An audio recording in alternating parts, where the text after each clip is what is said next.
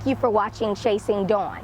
Most of us have heard of the Buffalo Soldiers throughout history, but do we really know who they are and what role they played in shaping the United States of America? The untold story of their journey lies within the insignia of the buffalo on their patch. The heart of their told story lies within the actions taken through this community. My dad's name is Crittington Leonard Bryan, and better known as Leonard, and he was born in Scotland, Maryland, December 2nd, 1921. He was inducted into the United States Army as a private, first class, somewhere around November 18th, 1942, at Fort Meade, Maryland, and assigned to the 92nd Infantry, which was later known as the Buffalo Soldiers. And his duty was in Indiana and Arizona. During his time in the military, he was awarded a few medals and ribbons, one for good conduct, another American Theater ribbon, Asiatic Pacific Theater ribbon, and a World War II Victory ribbon. Dad never spoke of his military experience, never mind being a Buffalo Soldier. This information was brought to my attention as a result of the United States Colored Troops Monument Project in St. Mary's County. Elfrida Mathis contacted me and asked, "Did you know your dad was a Buffalo Soldier?" I told her I did not, and I was told, well, this information has been discovered doing the research for the USCT Monument Project. I waited until the next time I saw Dad in person, and I asked him if this was true. And he simply said, "Yeah." I took a closer look at his military photograph, which has always been on display in our home. And guess what? There on the upper arm of his uniform is the buffalo insignia. I told him about this project and that a fundraiser was being held, and that they would like to recognize him along with others at a community service awards dinner. He refused to even consider sitting at the head table. So they made a special place for him along with the family of Mr. Guthrie Smith, who was also a Buffalo Soldier. Dad was nevertheless proud of the Community Service Award plaque and the certificates of recognition that he received from Congressman Steny Hoyer and Senator Roy Dyson and Delegate John Bohannon. He very quietly said to me, even though this is considered historical now, it was not such a good time then. He told me that the only person he ever had conversations with about that time in his life was Guthrie Smith Sr. My name is Guthrie Smith Jr., and I'm the son of Guthrie M. Smith Sr. Guthrie M. Smith Sr. was a Buffalo Soldier in World War II. Buffalo Soldiers were part of Roosevelt's crew in World War I, and that name stuck. It was colored troop, so that name stuck with the United States Army. And so my father was a 92nd Division Buffalo Soldier, which has it on his left shoulder.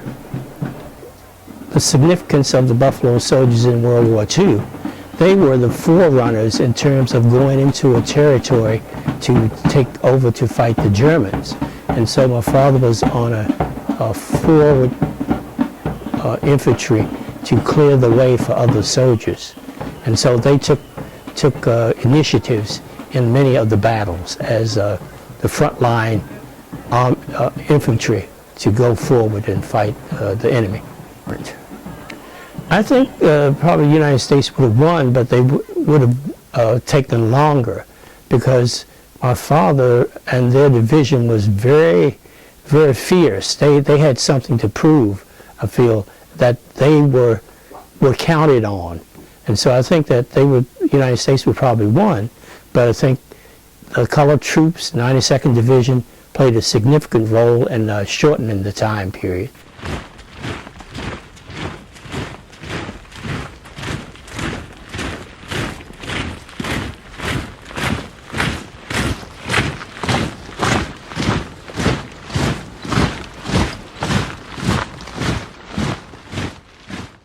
My father was actually, his mother died when he was 5, and he was raised by his uncle, great uncle James Holly, down in what we call Cornfield Harbor.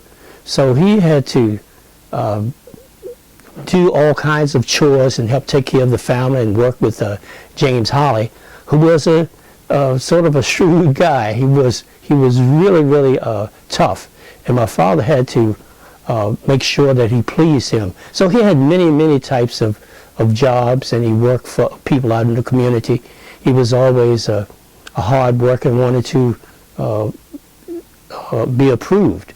And also, I think my father was sort of ostracized because he was orphaned, and that he wanted to prove himself.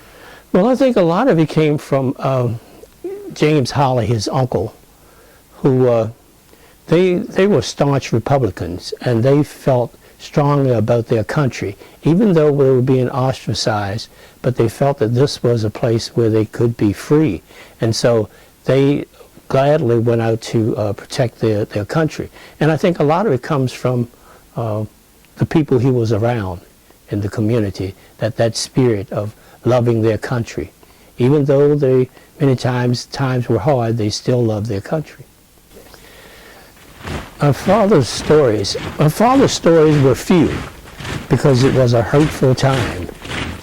He was the one story that he always told about when he was wounded and got a Purple Heart for it in the Alps of Italy. And so in the snow, and my father was a machine gunner, and so he felt that was his major story. Otherwise, he didn't talk about it until his death. I think it was a hurtful thing that he didn't share many stories at all about his activities in the Army.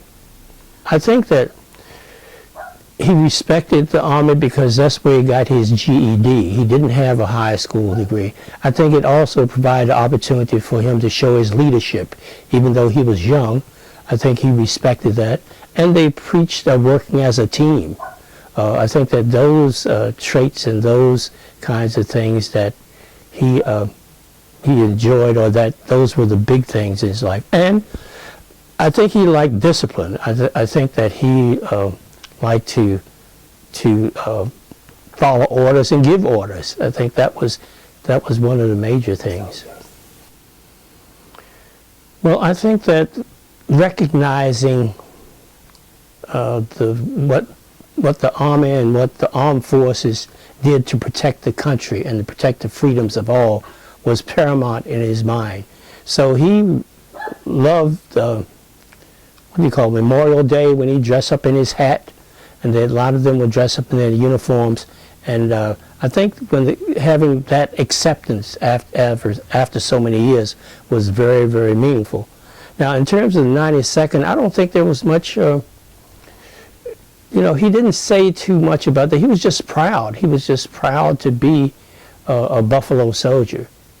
And I think that this went along with his character in terms of working out in the field and being in the open, being in challenging situations.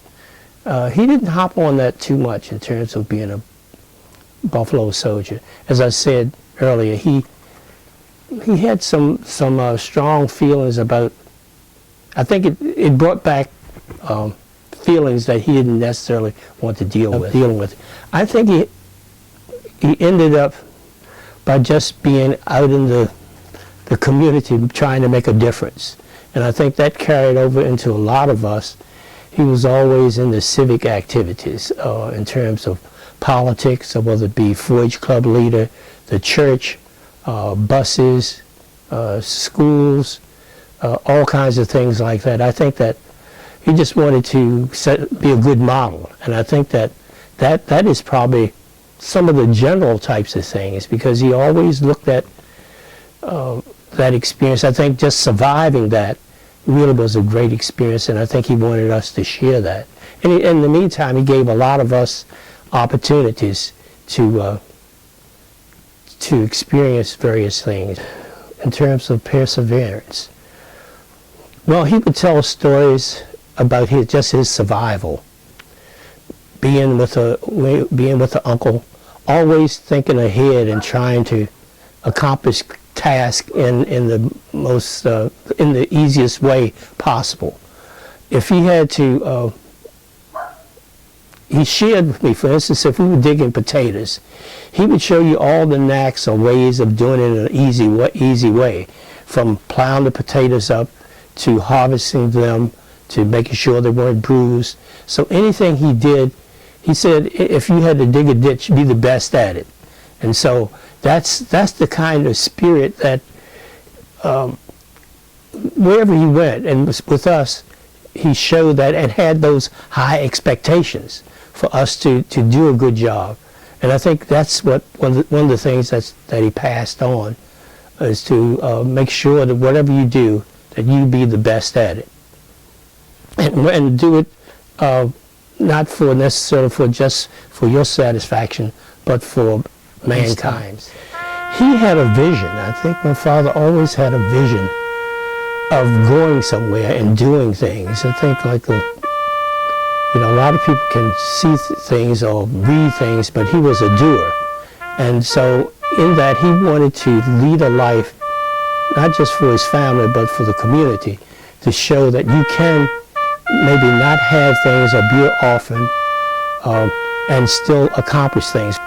He was always on the cutting edge. He would save his money. I mean, he was very thrifty in terms of buying land and having the old schoolhouse as a barber shop and a laundromat.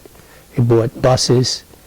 And he loaned people money, but I think he wanted people to be successful. He wanted to, in spite of all of he had to come through, you could do it. And in a way, some ways, he spoiled us. I guess all parents want the children to do better, but he still gave us that opportunity. I think the memory should be reflected by all of us, including myself, remembering what people have done to sacrifice their lives. They were civic-minded. They wanted to protect our country. They wanted to protect our community, and that needs to be shown. And I think that's one of the things that's happening today, is that people aren't civic-minded enough because they don't understand the past. We need to understand the sacrifices that people like my father made for us to have the opportunities we have, and to have the name that we have.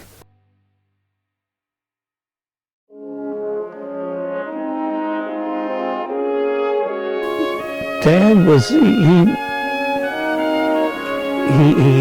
really understood spirituality. He prayed to God every night. He also thanked God for bringing him home. My father went to church every Sunday, but he didn't just go to church. He practiced that in helping others. And that help has come forth in a lot of us.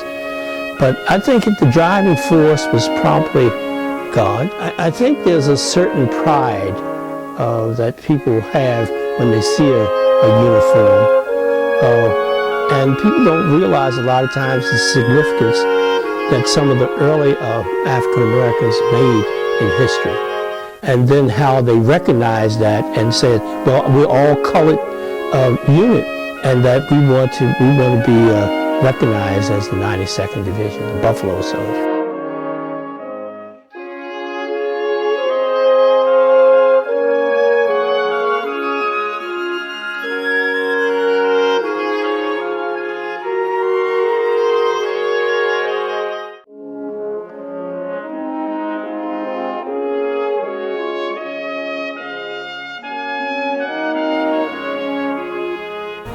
For many, these are just rocks. But for the African American community and the United States of America, this is a monument of courage, humility, an honor. I'm Dawn Fluellen, and thank you for watching Chasing Dawn, where we're pursuing the light in every story.